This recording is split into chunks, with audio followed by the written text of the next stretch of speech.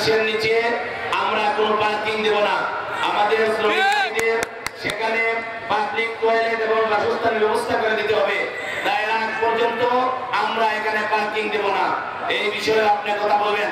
এই পর্যায়ে আজকের এই 8 দফা দাবি বাস্তবায়নের লক্ষ্যে সিলেট জেলা সড়ক পরিবহন শ্রমিক ঐক্য পরিষদের ডাকে আজকের এই বিশাল শ্রমিক সমাবেশে প্রধান অতিথির বক্তব্য রাখবেন সিলেট জেলা বাস মিনিবাস কোচ মাইক্রোবাস শ্রমিক ইউনিয়নের সংগ্রামী সভাপতি সাধারণ সম্পাদক এবং বাংলাদেশ সড়ক পরিবহন শ্রমিক ফেডারেশন সিলেট বিভাগ কমিটির সংগ্রামী সভাপতি, শ্রমিকদের ন্যায্য দাবি আদায়ের বলিষ্ঠ কণ্ঠস্বর। এই সিলেটে শ্রমিকদের দাবি আদায় করতে গিয়ে যিনি মামলার আসামি হয়েছেন জনাব হাজী মঈনুল ইসলাম সাহেবকে প্রধান অতিথির বক্তব্য রাখার জন্য বিনয়ের সাথে অনুরোধ করছি। বক্তব্য রাখবেন জনাব হাজী মঈনুল ইসলাম সাহেব।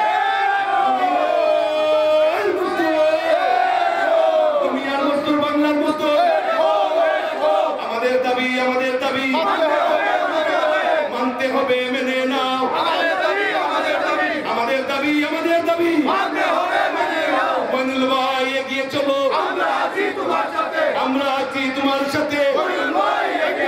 মঈনুল ভাইয়ের বই নাই, রাজপথ চারি নাই। বক্তব্য রাখবেন আজকের অনুষ্ঠানের প্রধান অতিথি জনাব হাজী মঈনুল ইসলাম সাহেব।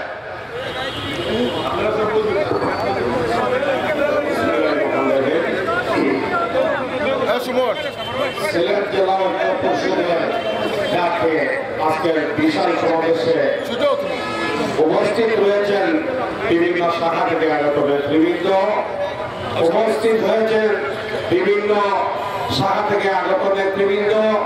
বিভিন্ন শাখা থেকে আগত সংগ্রামী শ্রমিক ভাইরা উপস্থিত রয়েছেন। আজকের সভার সম্মানমন্ত্রী সভাপতি সাহেব, আসসালামু আলাইকুম। হিন্দু ভাইদের বলিয়া আজকের আমাদের বিশাল সভায় দাবি রয়েছে 8 দফা দাবির মধ্যে 1 নম্বর দাবি রয়েছে সড়ক পরিবহন আইন 2018।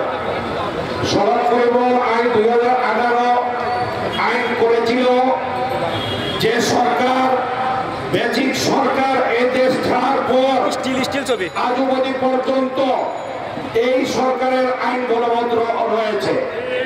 তাই আমরা অনুরোধ করব অন্তর্বর্তীকালীন সরকার, এদেশ নিরপেক্ষ সরকার যারা রয়েছে, এই দেশ পরিচালনা করতে চান অনতি বিলম্বে আমাদের 2018 আইন কানুন বাতিল করতে হবে। 2 নম্বরে হলো সিলেটের বিভিন্ন মেয়াদ উত্তীর্ণ সেতু, যেমন শেরপুর সেতু, শেওলা সেতু, লামাহাদি সেতু, 3টা সেতুর মেয়াদ উত্তীর্ণ হয়েছে, কয়েক গুণ টাকা নিয়েছে, কিন্তু আজ অবধি পর্যন্ত সেতুর টোল বাতিল করা হচ্ছে না। এমএ খান সেতু, লামাহাদি সেতু, কিছুদিন পূর্বে আমরা একটা কর্মসূচিতে গিয়েছিলাম। সেই কর্মসূচিতে সাবেক বিভাগীয় কমিশনার মহোদয় আমাদেরকে আশ্বস্ত করেছিলেন যে অনতি বিলম্বে একটু টেন্ডার দেওয়া হবে না, খাস কালেকশন করে এটা বাতিল করে দেওয়া হবে। কিন্তু সাবেক বিভাগীয় কমিশনার মহোদয় ট্রান্সফার হয়ে গেছেন, নতুন কমিশনার এসেছেন। আমাদের জোর দাবি থাকবে অন্ততপক্ষে এমএ খান, যিনি নাম রয়েছে আমাদের চেয়ারপারসন, বিএনপির চেয়ারপারসন, চেয়ারম্যানের শ্বশুরের নাম হলো এমএ খান। আমরা বারবার এমএ খান সেতু নিয়ে আন্দোলন কর্মসূচি দিচ্ছি, আমি মনে করি ওনার মান পূর্ণ হচ্ছে। তাই আমি সিলেটের প্রশাসনকে, বিভাগীয় কমিশনার মহোদয়কে সুবিধায় অনুরোধ করব এমএ খান লামাহাদের সেতু অনতি বিলম্বে বাতিল করে দেওয়ার জন্য। 3 নম্বরে আমাদের দাবি রয়েছে শ্রেণীবিন্যাস 2023-এর পরিষেবা আইন বাতিল করার জন্য। পরিষেবা আইন করেছে যে সরকার, এই সরকারের আমলে আমাদের পরিবহন শ্রমিক মালিকদেরকে গড় ভেঙে টুকরো টুকরো করার প্রক্রিয়া করেছিল। তাই এই সরকার এই দেশ ছেড়ে পালিয়ে গিয়েছে। অন্তর্বর্তীকালীন সরকারের কাছে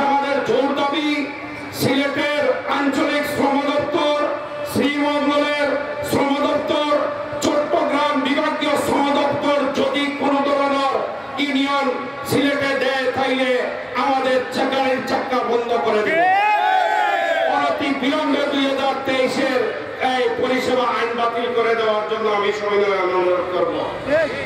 সিলেটের পাথরকুয়ারি 4 নম্বর দাবি।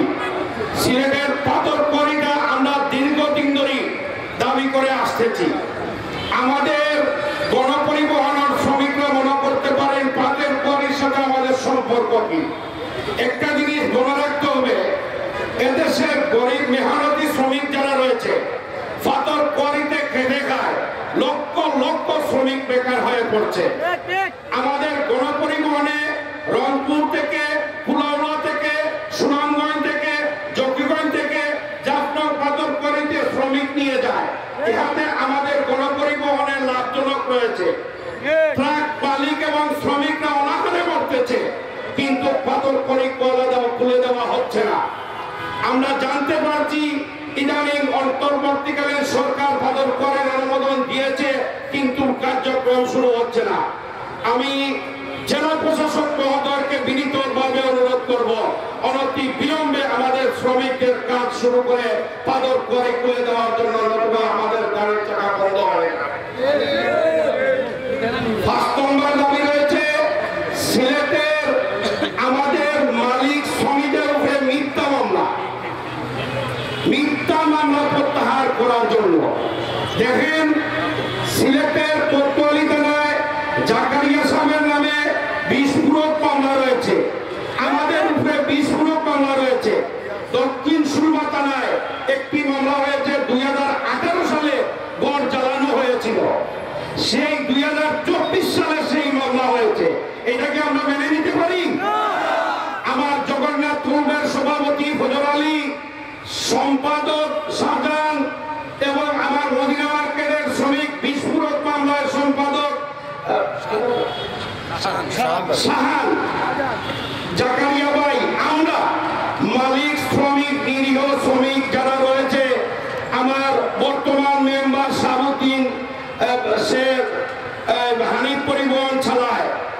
আমাদের দাবি 5 নম্বর দাবি রয়েছে, আপনারা প্রশাসন অথবা রাজনৈতিক নেতৃবৃন্দ আমাদের সাথে বসে আমাদেরকে প্রমাণ করে দেন যে এই যাদের নামে মামলা হয়েছে, আমাদের নামে মামলা হয়েছে, আমরা ঠিক এই দেশের কোন ছাত্র বিরোধী আন্দোলনে আমরা আন্দোলন করেছি, গোলাগুলি করেছি, তাদের বিরুদ্ধে অবস্থান নিয়েছি। যদি প্রমাণ করতে পারেন তাহলে একটা কেন 100টা মামলা আমাদের উপরে দিবেন, আমরা মাথা পেতে নিব।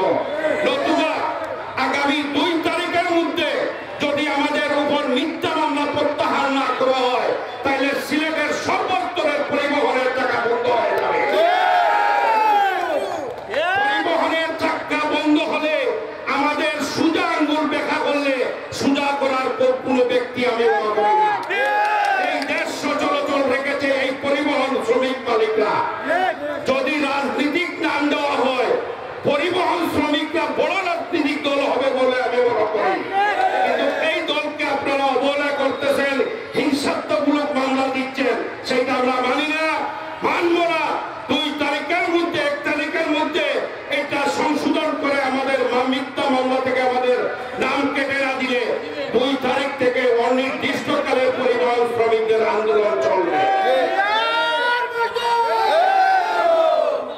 সিলেটের 6 নম্বর দাবি, সিলেটের লোড ট্রাকগুলা পাথর নিয়ে আসতেছে, বালু নিয়ে আসতেছে, কমলা নিয়ে আসতেছে, যে কোনো মাল নিয়ে, কাঁচামাল নিয়ে আসতেছে, কিন্তু প্রশাসনের লোক ব্যতীত রাজনীতিক লোক আমাদের লোড ট্রাক বন্ধ করে রাস্তায় আটকিয়ে হাইজ্যাক করতেছে।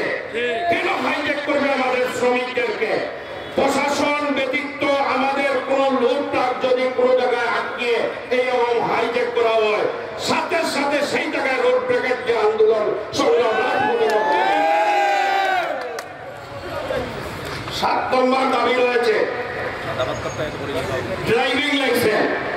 দেখেন, আমরা সাধারণ শ্রমিকরা টাকা দিয়ে ড্রাইভিং লাইসেন্স করি এবং নবায়নে ঠিক 10-12 হাজার টাকা দিতে হয়। সেই ড্রাইভিং লাইসেন্স নিয়ে বাংলাদেশ সরকার বাংলাদেশ বিআরটির চেয়ারম্যানদের দায়িত্ব দিয়েছে, কিন্তু গত কয়েকদিন আগে আমরা 2-3টি সভা করেছি ঢাকায়। অনতি বিলম্বে ড্রাইভিং লাইসেন্স নবায়ন থেকে নতুন লাইসেন্স 3 মাসের মধ্যে যদি শ্রমিকের হাতে না পৌঁছে তাইলে আমরা বিএটি গ্রাম করে তার বিরুদ্ধে আন্দোলন করব। 7 নম্বর দাবি, 8 নম্বর দাবি, সিলেটের গ্রামকৃত যানবাহন। একটা বিষয় হলো এই যে রেকার হলো, রেকারের নামে একটি বাণিজ্য চলতেছে। আমার প্রশ্ন হলো আমাদের গাড়ি সিএনজি হোক, মাইক্রো হোক, ট্রাক হোক, বাস হোক, গাড়ি চালিয়ে নিচ্ছে, প্রশাসন কাগজ না থাকলে গাড়ি চালাইয়া নিচ্ছে, কিন্তু রেকারের বিল কেন দিব? আমরা জানি যদি কোনো গাড়ি অ্যাক্সিডেন্ট করে অচল থাকে সেই গাড়ি টেনে নিয়ে তাইলে তার রেকার বিল দিতে হবে, কিন্তু আমাদের তেল আমাদের ড্রাইভার গাড়ি নিয়ে রেকার করে যাবে, আবার রেকার বিল দিতে হবে। আজকে থেকে সিদ্ধান্ত নিলাম যদি এই রেকার বিল কোনো প্রশাসন আমাদের গাড়ি চালিয়ে নিয়ে রেকার বিল নেয় সেই দিন থেকে রোড বন্ধ করে আমরা আন্দোলন করব। সংগ্রামী বন্ধুগণ, আরেকটি বিষয় রয়েছে এই হাইওয়ে রোডের মধ্যে সন্ধ্যার পরে লোড ট্রাকের জন্য এই রাস্তা ব্লক হয়ে যায়, মানুষ চলাচল করতে পারে না।